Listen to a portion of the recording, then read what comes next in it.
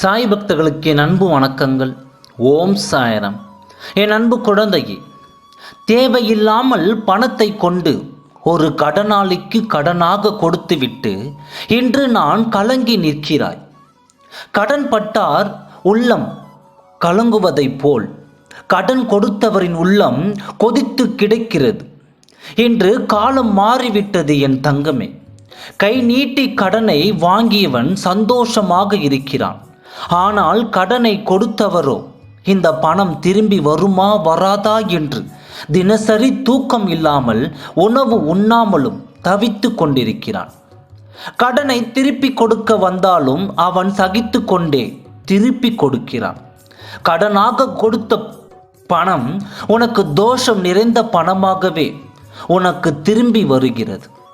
கடனாக அடுத்தவர் கைக்கு சென்று அவர்களுடைய கோபத்தாலும் கஷ்டத்தோடும் திருப்பி வரக்கூடிய பணத்தால் உனக்கு எந்த பிரயோஜனமும் கிடையாது. இப்படி ஒரு சிக்கலில் சிக்கி தவித்து கொண்டிருக்கிறாய்.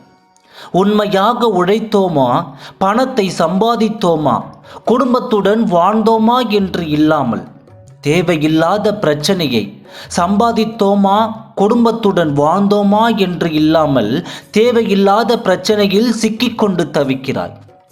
பணத்தை தானே கொடுத்தேன், கஷ்டத்திற்கு தானே உதவினேன், இதில் என்ன தவறு இருக்கிறது என்று கேட்கிறாய். ஆனால் இன்றைய சமுதாயத்தில் எல்லாமே தவறுதான். தான் உண்டு தன் வேலை உண்டு என்று இருப்பவர்கள் நன்றாக இருக்கிறார்கள். ஊருக்கு உதவாதபவர்கள் தான் வேலை என்று சிக்கலில் சிக்கி தவிக்கின்றனர். நீ செய்தது சரியான காரியம்தான், கவலைப்படாதே. உன் உழைப்பு உண்மையானது. உனது பணம் உன்னை தேடி வரும். அதை தேடி வர செய்ய உன் அப்பா நான் இருக்கிறேன். நீ எதற்காக கவலைப்படுகிறாய்? சாயப்பாவை நினைத்து சாயப்பாவின் உதியை தண்ணீரில் கலந்து உன் வீட்டின் முன்புறம் தெளித்துவிடு.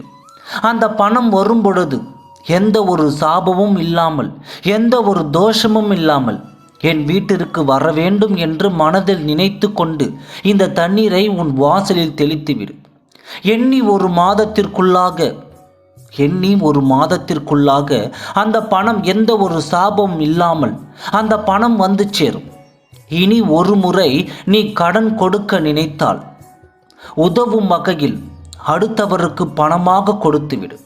திரும்பி வரும் என்று நினைக்காமல் உதவியாக கொடுத்துவிடு. கடனாக கொடுக்க நினைத்தால் அவர் தகுதியானவரா என்று பார்த்து கொடு. இந்த தவறை மீண்டும் செய்து தவிக்காதே. அப்பா நான் இருக்கிறேன், எதற்கும் கவலை கொள்ளாதே. நீ கொடுத்த பணம் திரும்ப வரும். நீ நினைத்த காரியம் நிச்சயம் நடக்கும். ஓம் சாய்ராம். நன்றி.